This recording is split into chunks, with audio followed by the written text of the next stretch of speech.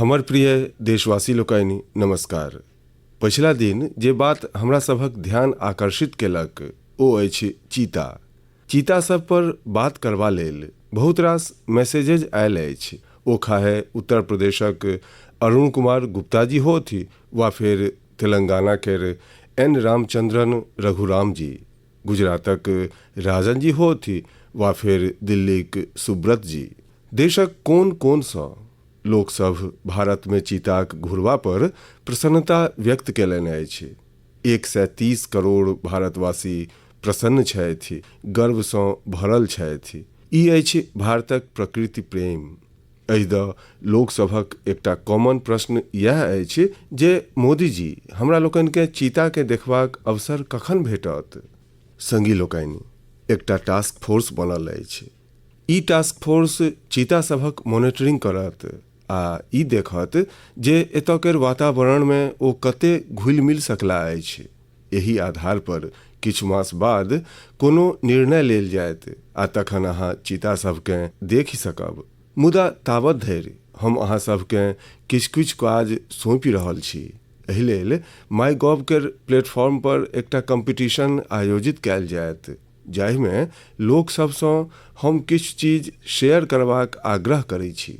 चीता सबके लऽ कऽ हमरा लोकनि जे अभियान चला रहल छी, आखिर ओहि अभियानक नाम की हेबाक चाही? की हमरा लोकनि एहि सभ चीताक नामकरण द सेहो विचारि सकै छी जे एहिमे सँ प्रत्येककेँ कोन नामसँ बजायल जाय? ओना ई नामकरण जँ ट्रेडिशनल होय तऽ बेसी नीक रहत, किया जे अपन समाज आ संस्कृति, परंपरा आ विरासत सँ जुड़ल कोनो वस्तु हमरा लोकनिकेँ सहजे अपना दिस आकर्षित करैत अछि। यह नहीं, अहाँ इहो कहू, अंततः मनुख सबकेँ पशु सभक संग केहन व्यवहार करबाक चाही। हमरा लोकनिक फंडामेंटल ड्यूटीज में सेहो तऽ रेस्पेक्ट फॉर एनिमल्स पर जोर देल गेल अछि। हमर अहाँ सबसँ अनुरोध अछि जे अहाँ एहि कंपटीशन में अवश्य भाग लिअ, की जानि पुरस्कार स्वरूप चीता सब देखबाक पहिल अवसर अहींके भेट जाय। हमर प्रिय देशवासी लोकनि, आइ 25 सितंबर के देशक प्रखर मानवतावादी चिंतक आ महान सपूत दीनदयाल उपाध्याय जी केर जन्मदिन मनायल जाइ छनि। कोनो देशक युवा जेना जेना अपन परिचिति आ गौरव पर गर्व करै छथि, हुनका अपन मौलिक विचार आ दर्शन ओतबे आकर्षित करै छनि। दीनदयाल जीक विचार सभक सबसँ पैघ विशेषता यह रहलनि अछि जे ओ अपन जीवन में विश्वक पैघ पैघ उनट पुनट के देखने छलाह। ओ विचारधारा सभक संघर्ष सभकेर साक्षी बनल छलाह। तें ओ एकात्म मानव दर्शन आ अंत्योदय केर एकटा विचार देशक सोझाँ रखलनि जे पूर्णतः भारतीय छल। दीनदयाल जीक एकात्म मानव दर्शन एकटा एहन विचार अछि जे विचारधाराक नाम पर द्वंद्व आ दुराग्रह सँ मुक्ति दियबैत अछि। ओ मानव मात्रकेँ एक समान माननिहार भारतीय दर्शनकेँ फेरसँ संसारक सोझाँ रखलनि। हमरा लोकनिक शास्त्र में कहल गेल अछि, आत्मवत सर्वभूतेषु, अर्थात हम सब जीव मात्रकेँ अपना समान मानी, अपना सन व्यवहार करी। आधुनिक सामाजिक आ राजनीतिक परिप्रेक्ष्य में सेहो भारतीय दर्शन कोना संसारक मार्गदर्शन कऽ सकैत अछि, ई दीनदयाल जी हमरा सबकेँ सिखेलनि। एक प्रकार सँ स्वाधीनताक बाद देश में जे हीन भावना छल, ओहि सँ मुक्ति दिया कऽ ओ हमरा लोकनिक अपन बौद्धिक चेतनाकेँ जागृत केलनि। ओ कहितो छलाह, हमरा लोकनिक स्वाधीनता तखने सार्थक भऽ सकैत अछि जखन ओ हमरा सभक संस्कृति आ परिचितिकेँ अभिव्यक्त करय। एही विचारधाराक आधार पर ओ देशक विकासक विजन निर्मित केने छलाह। दीनदयाल उपाध्याय जी कहै छलाह जे देशक प्रगति केर मापदंड अंतिम पौदान पर उपस्थित व्यक्ति होइ छथि। स्वाधीनताक अमृत काल में हम सब दीनदयाल जी के जते जानब, हुनका सँ जते सीखब, देश के ओतबे आगू लऽ जेबाक हमरा लोकनि के प्रेरणा भेटत। हमर प्रिय देशवासी लोकनि, आइ सँ 3 दिन बाद अर्थात 28 सितंबर के अमृत महोत्सवक एकटा विशेष दिन आबि रहल अछि। एहि दिन हमरा लोकनि भारत माताक वीर सपूत भगत सिंह जीक जयंती मनायब। भगत सिंह जीक जयंतीक ठीक पहिने हुनका श्रद्धांजलि स्वरूप एकटा महत्वपूर्ण निर्णय कयल अछि। ई तय कयल अछि जे चंडीगढ़ एयरपोर्टक नाम आब बलिदानी भगत सिंह जीक नाम पर राखल जायत। एकर लम्बा समयसँ प्रतीक्षा कयल जा रहल छल। हम चंडीगढ़, पंजाब, हरियाणा आ देशक सभ लोककेँ एहि निर्णयक बहुत बहुत बधाई दै छी। संगी लोकनि, हमरा लोकनि अपन स्वतंत्रता सेनानी सबसँ प्रेरणा ली। हुनका आदर्श सब पर चलैत हुनकर सपना सभक भारत बनाबी। यह हुनका प्रति हमरा सभक श्रद्धांजलि होइत अछि। बलिदानी लोकनिक स्मारक, हुनका नाम पर स्थान सब आ संस्थान सभक नाम हमरा लोकनिकेँ कर्तव्य लेल प्रेरणा दैत अछि। अखन किछु दिन पहिने ही देश कर्तव्य पथ पर नेताजी सुभाष चंद्र बोसक मूर्ति केर स्थापनाक माध्यमे सेहो एहने एकटा प्रयास केलक अछि आ आब बलिदानी भगत सिंहक नामसँ चंडीगढ़ एयरपोर्टक नाम एहि दिशामे एकटा आरो डेग अछि।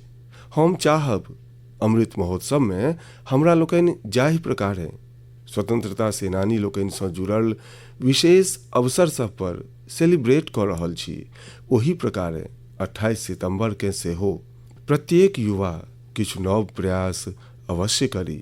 ओना हमर प्रिय देशवासी लोकनि, अहाँ सब लग 28 सितंबरकेँ सेलिब्रेट करबाक एकटा आरो कारण सेहो अछि। जनै छी कि हम मात्र 2 शब्द कहब, मुदा हमरा ज्ञात अछि अहाँक उत्साह 4 गुण बेसी बढ़ि जायत।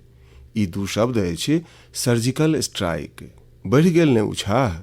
हमरा लोकनिक देशमे अमृत महोत्सवक जे अभियान चलि रहल अछि ओकरा हमसभ पूर्ण मनोयोगसँ सेलिब्रेट करी, अपन प्रसन्नताकेँ सभक संग साझी करी। हमर प्रिय देशवासी लोकनि, कहै छै जीवनक संघर्ष सबसँ तपल लोक सभक सोझाँ कोनो बाधा टिकि नहि पबै छै। अपन दैनिक जीवनमे हमसभ किछु एहन संगी लोकनिकेँ सेहो देखै छी जे कोनो ने कोनो शारीरिक चुनौतीसँ मुकाबिला कऽ रहला अछि। बहुत रास एहनो लोक छथि जे कि तऽ सुनि नहि पबै छथि वा बाजि कऽ अपन बात नहि राखि पबै छथि। एहन संगी लोकनि लेल सबसँ पैघ संबल होइत अछि साइन लैंग्वेज। मुदा भारतमे बरखोसँ एकटा पैघ असुविधा ई छल जे साइन लैंग्वेज लेल कोनो स्पष्ट हाव भाव तय नहि छल, स्टैंडर्ड्स नहीं छल। एहि कठिनता सबकेँ दूर करबे लेल बरख 2015 में Indian sign language research and training centre केर स्थापना भेल छल। हमरा प्रसन्नता अछि जे ई संस्थान एखन धरि 10,000 वर्ड्स आ एक्सप्रेशंस केर डिक्शनरी तैयार कऽ चुकल अछि। 2 दिन पहिने अर्थात 23 सितंबरकेँ साइन लैंग्वेज डे पर कतेको स्कूली पाठ्यक्रम के सेहो साइन लैंग्वेज में लॉन्च कयल गेल अछि। साइन लैंग्वेज केर तय स्टैंडर्ड के बनेने रखबा लेल राष्ट्रीय शिक्षा नीति में सेहो बड़ बल देल गेल अछि। साइन लैंग्वेज केर जे डिक्शनरी बनल अछि ओकर वीडियो बना कऽ ओकर निरंतर प्रसार कयल जा रहल अछि। यूट्यूब पर कतेको लोक, कतेको संस्थान इंडियन साइन लैंग्वेज में अपन चैनल आरंभ कऽ देलनि अछि। अर्थात 7-8 बरख पहिने साइन लैंग्वेज के लऽ कऽ जे अभियान देश में प्रारंभ भेल छल, आब ओकर लाभ हमरा सभक लाखों दिव्यांग भाई बहिन सबके होबऽ लगलनि अछि। हरियाणाक रहनिहार पूजा जी तऽ इंडियन साइन लैंग्वेजसँ बड़ प्रसन्न छथि। पहिने ओ अपना बेटेसँ संवाद नहि कऽ पबै छलीह, मुदा 2018 में साइन लैंग्वेज केर ट्रेनिंग लेबाक बाद माय बेटा दुनूक जीवन सहज भऽ गेलनि अछि। पूजा जीक बेटा सेहो साइन लैंग्वेज सिखलनि आ अपना स्कूल में ओ स्टोरी टेलिंग में प्राइज जीत कऽ सेहो देखा देलनि। एही प्रकारे टिंका जी केर 6 बरखक एकटा बेटी छनि जे सुनि नहि पबै छनि। टिंका जी अपन बेटीकेँ साइन लैंग्वेज केर कोर्स करेने छलीह, मुदा हुनका स्वयं साइन लैंग्वेज नहीं अबै छलनि। एही कारणे ओ अपना बच्चीसँ कम्युनिकेट नहीं कऽ पबै छलीह। आब टिंका जी सेहो साइन लैंग्वेज के ट्रेनिंग लेलनि अछि आ दुनू माय बेटी आब परस्पर खूब बात कैल करै छथि। एहि प्रयास सभक बड़ पैघ लाभ केरला केर मंजू जी के सेहो भेलनि अछि। मंजू जी जन्मे सँ सुनि नहि पबै छथि। एतबे नहीं, हुनकर पेरेंट्स के जीवन में सेहो यह स्थिति रहलनि अछि। एहना में साइन लैंग्वेजे संपूर्ण परिवार लेल संवादक माध्यम बनल अछि। आब तो मंजू जी अपने साइन लैंग्वेज के टीचर बनबाक सेहो निर्णय लऽ लेलनि अछि।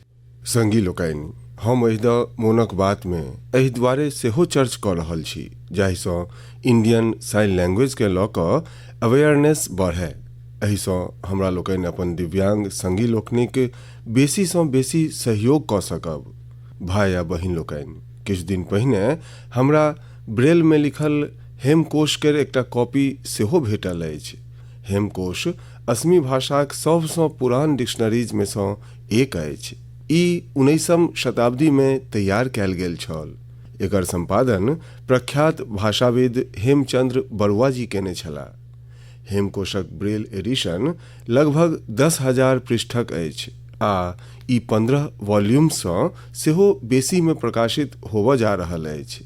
एहि में 1 लाख सँ सेहो बेसी शब्द सभक अनुवाद हेबाक अछि। हम एहि संवेदनशील प्रयासक बड़ प्रशंसा करै छी। एहि प्रकारक प्रत्येक प्रयास दिव्यांग संगी लोकनिक कौशल आ सामर्थ्य बढ़ेबा में बड़ सहयोग करैत अछि। आइ भारत पैरा स्पोर्ट्स में सेहो सफलताक पताका लहरा रहल अछि। हम सब कतेको टूर्नामेंट्स में एकर साक्षी रहल छी। आइ कतेको लोक एहन छथि जे दिव्यांग लोकनिक मध्य फिटनेस कल्चर के धरातल पर प्रोत्साहन देवा में जुटल छथि। एहिसँ दिव्यांग लोकनिक आत्मविश्वास के बड़ बल भेटैत अछि। हमर प्रिय देशवासी लोकनि, हम किछु दिन पहिने सूरत केर एकटा बेटी अन्वी सँ भेंट केलहुँ। अन्वी आ अन्वीक योग सँ हमर ओ भेंट एते स्मरणीय रहल अछि जे ओहि हम मोनक बात केर सब श्रोता लोकनि के अवश्य कहऽ चाहै छी। संगी लोकनि, अन्वी जन्मे सँ डाउन सिंड्रोम सँ पीड़ित अछि आ ओ नेनपने सँ हार्ट केर गंभीर रोग सँ सेहो जूझैत रहली अछि।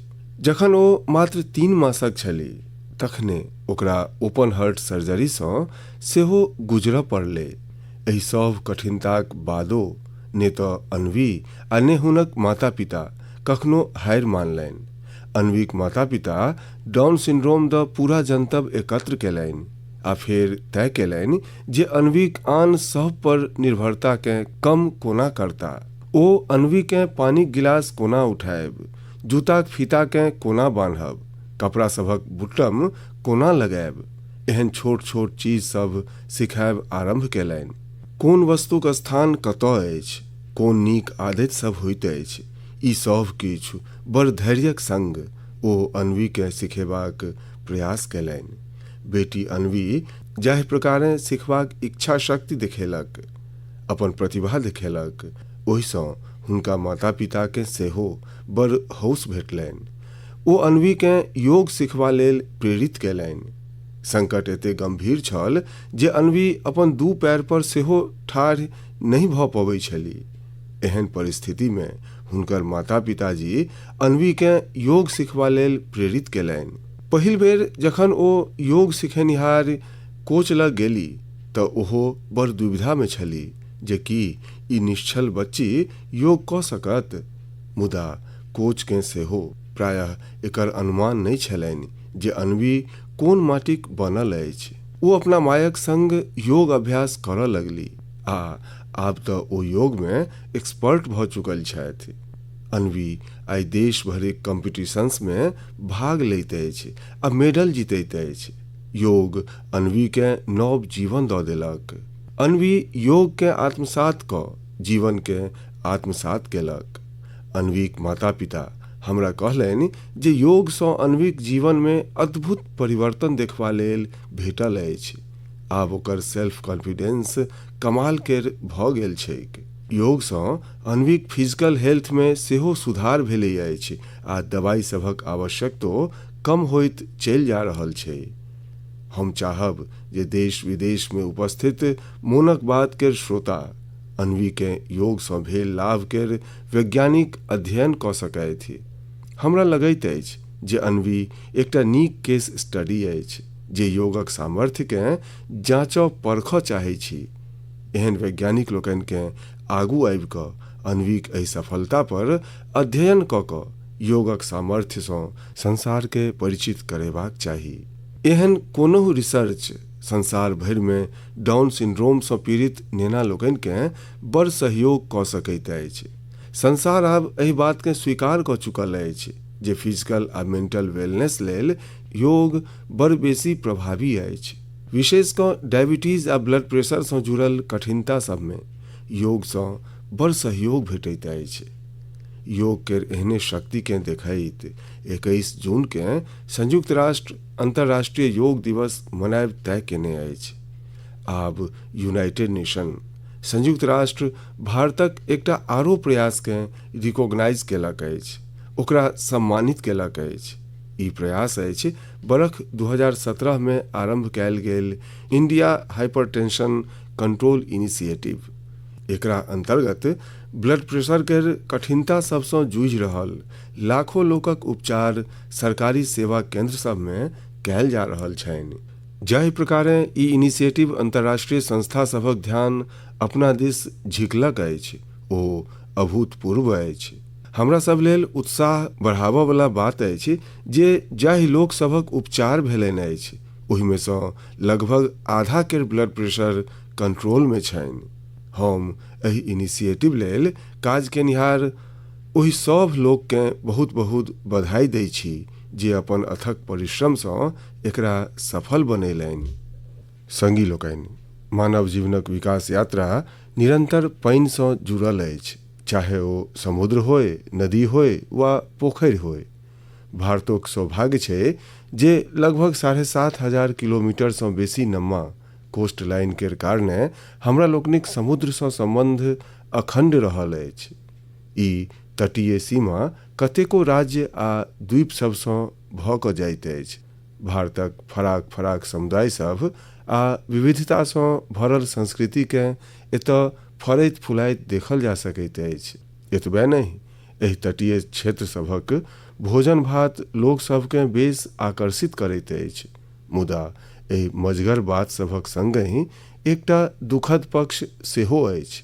हमरा लोकनिक ई तटीय क्षेत्र पर्यावरण सँ जुड़ल कतेको चुनौती सभक सोझाँ कऽ रहल अछि। क्लाइमेट चेंज मेरीन इकोसिस्टम्स लेल पैघ खतरा बनल अछि तऽ दोसर दिस हमरा सभक बीचेज पर पसरल मलिनता चिंतित करऽ वाला अछि। हमरा सभक ई दायित्व बनैत अछि जे हमरा लोकनि एहि चुनौती सब लेल गंभीर आ निरंतर प्रयास करी। एतऽ हम देशक तटीय क्षेत्र सब में कोस्टल क्लीनिंग केर एकटा प्रयास स्वच्छ सागर सुरक्षित सागर एकरा द बात करऽ चाहब। 5 जुलाई के आरंभ भेल ई अभियान बीतल 17 सितंबर के विश्वकर्मा जयंती दिन संपन्न भेल। एही दिन कोस्टल क्लीन अप डे सेहो छल। स्वाधीनताक अमृत महोत्सव में आरंभ भेल ई अभियान 75 दिन धरि चलल। एहि में जन सहभागिता देखते बनि रहल छल।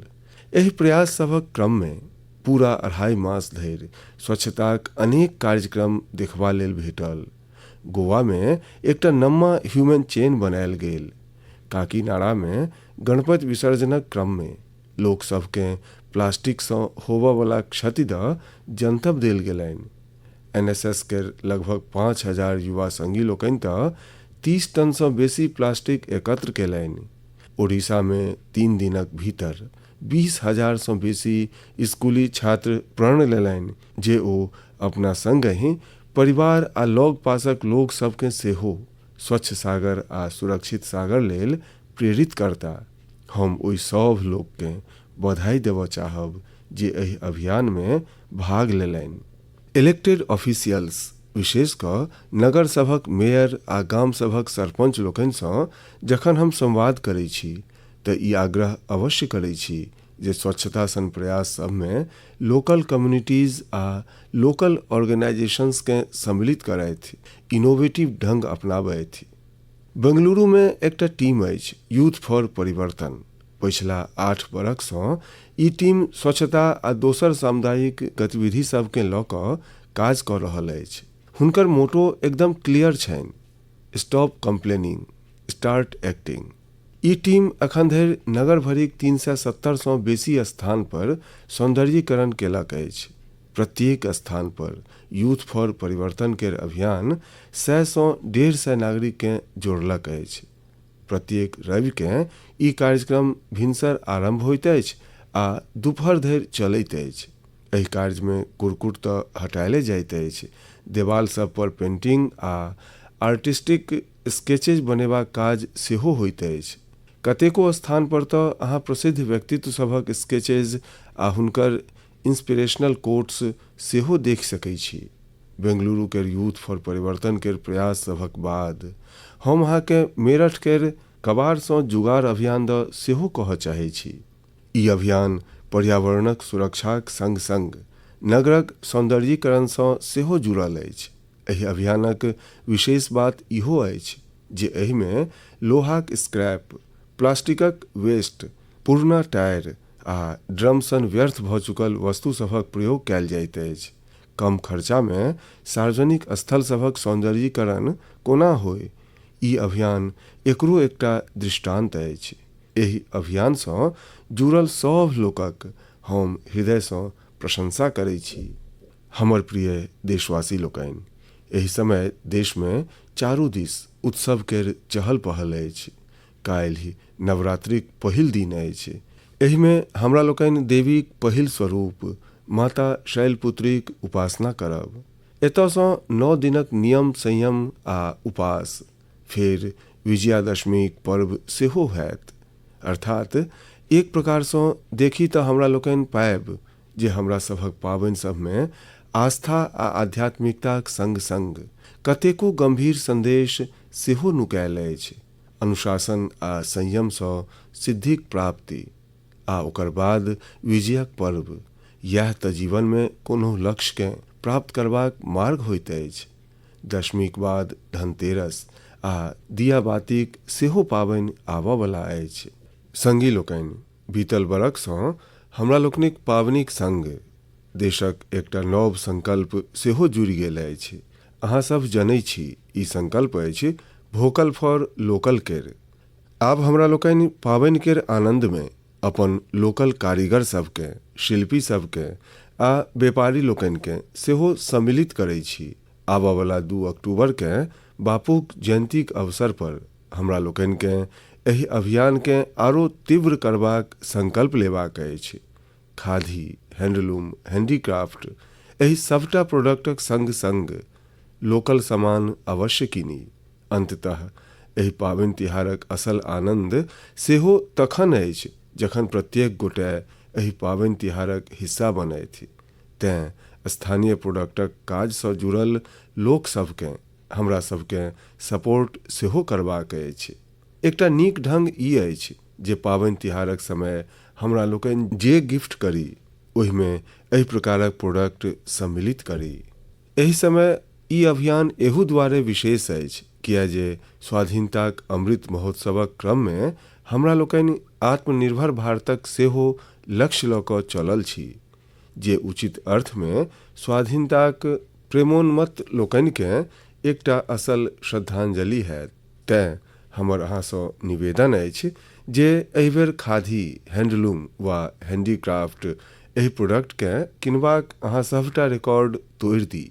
हमरा लोकनि देखलहुँ अछि पाबनि तिहारक पैकिंग आ पैकेजिंग लेल पॉलीथीन बैग्स केर सेहो बड़ प्रयोग होइत रहल अछि। स्वच्छता केर पर्व सब पर पॉलीथीनक हानिकारक कुरकुट इहो हमरा लोकनिक पाबनि तिहार सभक भावनाक विरुद्ध अछि। तें हमरा लोकनि स्थानीय स्तर पर बनल नॉन प्लास्टिक बैग्स केर उपयोग करी। हमरा लोकनि ओतऽ पटुआ के, सूत केर, केरा केर एहन कतेको पारंपरिक बैग केर चलन एक बेर फेरसँ बढ़ि रहल अछि। ई हमरा सभक दायित्व अछि जे हमरा लोकनि पाबनि तिहारक अवसर पर एकरा सबके प्रोत्साहन दी आ स्वच्छताक संग अपन आ पर्यावरणक स्वास्थ्यक सेहो ध्यान राखी। हमर प्रिय देशवासी लोकनि, हमरा लोकनिक शास्त्र सबमे कहल गेल अछि, परहित सरिस धर्म नहीं भाई, अर्थात दोसराक हित करबाक समान, दोसराक सेवा करब, उपकार करबाक समान कोनो आरो धर्म नहीं अछि। पछिला दिन देश में समाज सेवाक एही भावनाक एकटा आरो झलकी देखबा लेल भेटल। अहूँ देखने हैब जे लोक आगू आबि कऽ कोनो ने कोनो टीबी सँ पीड़ित रोगी के ग्रहण कऽ रहल छथि, हुनक पौष्टिक आहारक दायित्व लऽ रहल छथि। असल में ई टीबी मुक्त भारत अभियानक एकटा हिस्सा अछि, जकर आधार जन सहभागिता अछि, कर्तव्य भावना अछि। उचित पोषणे सँ, उचित समय पर भेटल दवाई सब सँ टीबी केर उपचार संभव अछि। हमरा विश्वास अछि जे जन सहभागिताक एही शक्ति सँ बरख 2025 धरि भारत अवश्य टीबी सँ मुक्त भऽ जायत। संगी लोकनि, केंद्र शासित प्रदेश दादरा नगर हवेली आ दमन दीव सँ सेहो हमरा एकटा एहन उदाहरण जनबा लेल भेटल अछि जे मोन के छू भी लैत अछि। एतय केर आदिवासी क्षेत्र में रहनिहार जीनू रावतिया जी लिखलनि अछि जे ओतय चलि रहल ग्राम दत्तक कार्यक्रमक अंतर्गत मेडिकल कॉलेजक स्टूडेंट्स 50 गाम के ग्रहण केलनि अछि। एहि में जीनू जी केर गाम सेहो सम्मिलित छनि। मेडिकल केर ई छात्र रोग सँ बचबा लेल गामक लोक सबके जागरूक करैत छथि, बेरामी में सहयोगो करैत छथि आ सरकारी योजना सब दऽ सेहो जनतब दैत छथि। परोपकारक ई भावना गाम सब में रहनिहार केर जीवन में नव आनंद लऽ कऽ आयल अछि। हम एहि लेल मेडिकल कॉलेज केर सब विद्यार्थी लोकनिक अभिनंदन करैत छी। संगी लोकनि, मोनक बात में नव नव विषय सभक चर्च होइत रहैत अछि। कतेक बेर एहि कार्यक्रमक मध्य में हमरा लोकनि के किछु पुरान विषय सभक गंभीरी में सेहो उतरबाक अवसर भेटैत अछि। पिछला मास मोनक बात में हम मोट अन्न आ बरख 2023 के इंटरनेशनल मिलेट ईयर के रूप में मनेबा सँ जुड़ल चर्च केने छलहुँ। एहि विषय के लऽ कऽ लोक सब में बड़ उत्सुकता छनि। हमरा एहन ढेरी पत्र भेटल अछि जाहि में लोक सब जनतब दऽ रहल छथि ओ कोना मिलेट्स के अपन दैनिक भोजनक हिस्सा बनेने छथि। किछु लोक सब मिलेट सँ बनऽ वाला पारंपरिक व्यंजन सब दऽ सेहो कहलनि अछि। ई एकटा पैघ परिवर्तनक संकेत अछि। लोक सभक ई उत्साह देखि कऽ हमरा लगैत अछि जे हमरा लोकनि के मिलि कऽ एकटा ई बुक तैयार करबाक चाही, जाहि सँ लोक मिलेट सँ बनऽ वाला डिशेज आ अपन अनुभव सबके साझी कऽ सकी। एहि सँ इंटरनेशनल मिलेट ईयर आरंभ हेबा सँ पहिने हमरा सब लग मिलेट्स के लऽ कऽ एकटा पब्लिक इंसाइक्लोपीडिया सेहो तैयार हैत आ फेर एकरा माईगॉव पोर्टल पर पब्लिश कऽ सकै छी। संगी लोकनि, मोनक बात में एहि बेर एतबे। मुदा चलैत चलैत हम अहाँके नेशनल गेम्स दऽ सेहो कहऽ चाहै छी। 29 सितंबर सँ गुजरात में नेशनल गेम्स केर आयोजन भऽ रहल अछि। ई बहुते विशेष अवसर अछि, किया जे नेशनल गेम्स केर आयोजन कतेक बरख बाद भऽ रहल अछि। कोविड महामारीक कारणे पिछला बेरक आयोजन सबके निरस्त करऽ पड़ल छल। एहि खेल प्रतियोगिता में भाग लेनिहार प्रत्येक खिलाड़ी के हमर बहुत बहुत शुभकामना। एहि दिन खिलाड़ी सभक उत्साह बढ़ेबा लेल हम हुनका सभक बीचे में रहब। अहाँ सब सेहो नेशनल गेम्स के अवश्य फॉलो करी आ अपन खिलाड़ी लोकनिक हौस बढ़ाबी। आब हम आइ लेल विदा लै छी। अगिला मास मोनक बात में नव विषय सभक संग अहाँ सँ फेर भेट हैत। धन्यवाद। नमस्कार।